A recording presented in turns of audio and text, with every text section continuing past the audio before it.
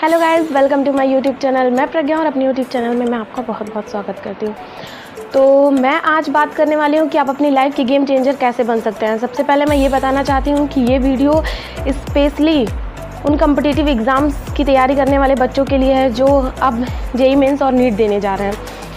आपको बहुत बहुत ढेर सारी शुभकामनाएँ मेरी तरफ से कि आप अपने एग्ज़ाम को बीट करिए, क्योंकि जो बच्चा इन एग्ज़ाम्स की तैयारी कर रहा होता है, जेईई मेंस तो फिर भी साल में 2 बार हो रहा है, लेकिन नीट अभी भी साल में 1 ही बार होता है। तो जो बच्चा साल भर तैयारी करता है उसके लिए ये 3 घंटे लाइफ चेंजिंग की तरह होते हैं। ये उसकी लाइफ को डिसाइड करते हैं। तो चलिए, आपको थोड़ा बहुत मोटिवेट मैं करना चाहूँगी, क्योंकि ये टाइम बहुत ही क्रूशियल टाइम आप लोगों के लिए है। सबसे पहले तो आपने जो कुछ भी पढ़ा है उस पर कॉन्फिडेंट रहिए बिल्कुल भी, क्योंकि अब जो कुछ भी पढ़ लिया है कुछ नया नहीं पढ़ना है। ये तो सभी सारे टीचर्स आपको बताते होंगे।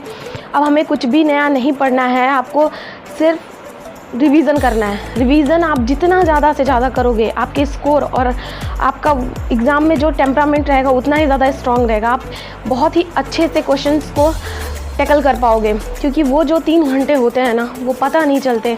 वो लाइफ के ऐसे 3 घंटे होते हैं जो लाइफ चेंज कर देते हैं। इस 3 घंटे के लिए आप साल भर इतनी मेहनत करते हो, घर से दूर रहते हो, माँ के हाथ का खाना सेक्रीफाइस करते हो, बहुत सारी चीज़ें सेक्रीफाइस होती हैं। बाहर रहने पे काफ़ी चीज़ें ऐसी हैं जो हमें अच्छी नहीं लगती।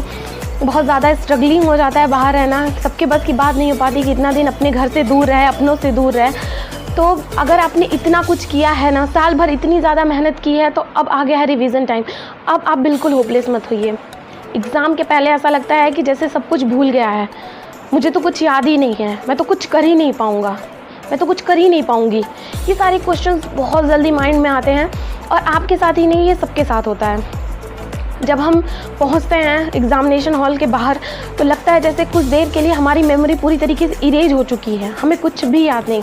तो ये सिर्फ और सिर्फ एक समझिए कि एग्ज़ाम का प्रेशर रहता है जो हमें ऐसा फील कराता है, लेकिन ऐसा कुछ भी नहीं है। जैसे जैसे आप पेपर सॉल्व करते जाओगे, आपको अपने साल भर की मेहनत जो आप किए रहोगे वो धीरे धीरे आपको समझ में आने लगेगी कि यार मैंने तो सब कुछ पढ़ा था, मैं बिना बेवजह परेशान हो रहा था। लेकिन उस टाइम में ये चीज़ें बहुत ज़्यादा डिप्रेस्ड कर देती हैं। सबसे पहले तो हम ये सोचते हैं कि हमारे बगल वाला या फिर उसके बगल वाला, अरे इन सबों को चीज़ें याद है, क्योंकि बहुत सारे बच्चों को मैंने देखा कि वो बुक्स कॉपीज़ लेके एग्ज़ामिनेशन हॉल तक जाते हैं। तो देखिए, सबसे बड़ी बात मैं आपको बता दूं, आज से ही आप रिवीजन करना स्टार्ट कर दीजिए, बंद कर दीजिए। जो पढ़ा वो पढ़ लिया, और जो नहीं पढ़ा वो पढ़ने की बिल्कुल भी ज़रूरत नहीं है। सबसे पहले आपको छोटे छोटे स्लॉट्स में डिवाइड करके पढ़ना होगा। जितना भी आपका जो भी सबसे वीक सब्जेक्ट है, रिवीजन पहले वहाँ से स्टार्ट कर दीजिए। ऑर्गेनिक इनऑर्गेनिक आपकी पूरी तरीके से रेडी होनी चाहिए। फिज़िकल तो आपको मेहनत करने की ज़रूरत है, लेकिन फ़िज़िकल पे बाद में फोकस करिएगा, क्योंकि जब सबसे ज़्यादा आपको इनऑर्गेनिक और ऑर्गेनिक से डायरेक्ट क्वेश्चंस मिलने की संभावना है एनसीईआरटी से, तो आप जितना अच्छे से उसको रिवाइज़ कर लोगे, उतनी सारी चीज़ें आपके कंट्रोल में हो जाएगा वो सब्जेक्ट आप अच्छे से कर पाओगे। फिर जूलॉजी बॉटनी अगर आपका है तो जूलॉजी बॉटनी आप जितना अच्छे से अपने से खुद से पढ़ सकते हो पढ़िए। देखिए, कोई भी बुक्स अब मत उठाइएगा, ट्रूमैन वगैरह बिल्कुल भी मत छूइएगा। आपको सिर्फ एनसीईआरटी वो जितना जल्दी से जल्दी जितनी बार रिवीजन कर सकते हैं उतनी बार रिवीजन करिए। मॉड्यूल्स में जो शॉर्ट ट्रिक शॉर्ट पॉइंट्स जो भी आपके दिए होंगे, जिस भी कोचिंग के मॉड्यूल्स में आप पढ़े होंगे, जहाँ भी आपने तैयारी की होगी, उन सबको ज़्यादा से ज़्यादा बार रिवीजन करने की कोशिश करिए। अब आपके पास बहुत ही कम टाइम है, और यही एक देखिए, मैंने बहुत ज़्यादा इस बार आपकी अपॉर्चुनिटी बहुत ज़्यादा बढ़ गई है कि आप डॉक्टर आसानी से बन सकते हो, क्योंकि एक सबसे ज़्यादा 16 से 25 साल के बच्चे आजकल गेमिंग चैनल खोल रहे हैं, गेमिंग खेल रहे हैं, दिन भर उनको गेम में ही इंटरेस्ट है। कुछ लोग टिकटॉकर बनने के ही चक्कर में पड़े हुए हैं। तो अब आपका कंपटीशन बहुत ज़्यादा कम होने वाला है। आपको बहुत ही अच्छे से खुद को प्रिपेयर करना है और इस बार एग्ज़ाम को क्लियर कर लेना है। अगर कंपटीशन बढ़ रहा है तो डिस्ट्रैक्शंस भी बढ़ रहे हैं, हमेशा याद रखिए। डिस्ट्रैक्ट अगर आप हल्का सा भी हो रहे हो ना, तो कब आप जैसे आपको लगे कि जिस भी चीज़ से आपको डिस्ट्रैक्शन है, एकदम उस चीज़ को छोड़ दो, इग्नोर कर दो। फ़ोन्स तो आप छूना ही छोड़ दीजिए। फ़ोन्स में अगर आपको मतलब पढ़ाई के लिए अपने फ़ोन्स की आवश्यकता है तब तो कोई बात नहीं, व्हाट्सएप डिलीट कर दीजिए, फेसबुक डिलीट कर दीजिए, सब कुछ बंद कर दीजिए, क्योंकि अभी का टाइम बहुत ज़्यादा इम्पॉर्टेंट है, बहुत ही ज़्यादा इम्पॉर्टेंट है आपके लिए।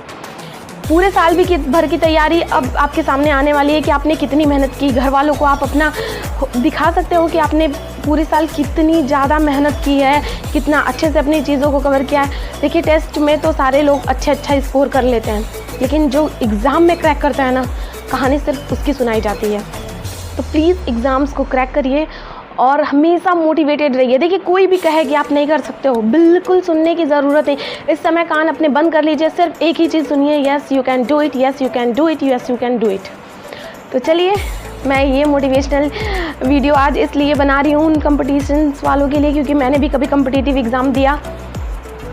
MBBS लेना चाहती थी, BDS में हुआ, नहीं लिया। MBBS फिर बाद में मिला नहीं। तो इस चीज़ को मैं जितना फ़ील कर सकती हूँ, मैंने उस वक्त जो भी कुछ गलतियाँ की, मैं बाद में आपसे शेयर करती रहूँगी। बट अभी के लिए best of luck, best of luck, best of luck. ढेर सारी आपको शुभकामनाएं। आप जल्द से जल्द डॉक्टर बनिए, क्योंकि इस कोरोना की महामारी से हमें डॉक्टर्स ही बचा सकते हैं और डॉक्टर्स बनना बहुत ही ज़्यादा ज़रूरी है इस समय। तो आप जल्दी से डॉक्टर बन के आइए, फिर आगे की बात हम करते रहेंगे। और सबसे इम्पॉर्टेंट बात, मैंने आज फेसबुक पे एक पोस्ट पढ़ा था कि IAS इसलिए कर रहे हैं क्योंकि इज़्ज़त का सवाल है। IAS पढ़ना इसलिए चाहते हैं क्योंकि इज़्ज़त का सवाल है, वरना कुछ और भी कर लिया होता। तो IAS PCS बनना ही सबका सपना नहीं हो सकता। कुछ लोग डॉक्टर्स भी होने चाहिए, क्योंकि सारे लोग IAS हो जाएंगे तो डॉक्टर कौन बनना चाहेगा, इंजीनियर कौन बनना चाहेगा। बस सपना देखिए, अच्छा सपना देखिए, ऊंचा सपना देखिए, हमेशा उसको पूरा करने की कोशिश कीजिए। आज आप सपने देख रहे हो, कल आपके सपने ज़रूर पूरे होने वाले हैं, क्योंकि बच्चे तो आजकल के पढ़ाई में ज़्यादा इंटरेस्टेड लग नहीं रहे हैं।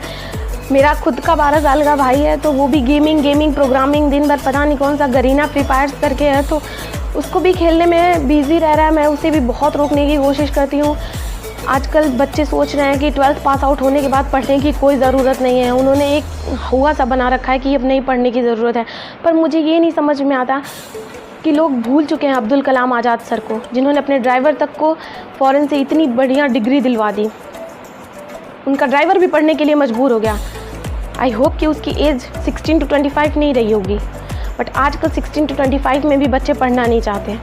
आप डॉक्टर बनो, आप इंजीनियर बनो, आप IAS ऑफिसर बनो, आप बायो इन्फॉर्मेटिक्स में भी बहुत ज़्यादा है, B फार्मा है, बहुत ज़्यादा फील्ड्स हैं, पढ़ने की ज़रूरत है। तो फिर प्लीज़ जो कुछ भी आप कर रहे हैं उस पर फोकस करिए, और सबसे स्पेशली नीट वालों के लिए, क्योंकि मेरा यही था मोटो कि अब मैं नीट वालों के लिए वीडियो बनाऊं, क्योंकि नीट के बच्चे से मैं बहुत ज़्यादा प्रेशराइज़ होंगे। साल में एक बार आपका एग्ज़ाम आता है। प्लीज़ आप एकदम काम डाउन होकर सोचिएगा। बिल्कुल स्ट्रेस लेने की ज़रूरत नहीं है, बिल्कुल प्रेशर लेने की ज़रूरत नहीं है। आप ये सोच के जाइएगा नहीं हुआ तो भी कोई बात नहीं है, अगला एग्ज़ाम मुझे देना है, लेकिन इस एग्ज़ाम को किसी भी तरीके से क्रैक करने में कोई भी कमी मत छोड़िएगा। तो चलिए मिलते हैं अगले वीडियो में, तब तक के लिए बाय बाय, टेक केयर।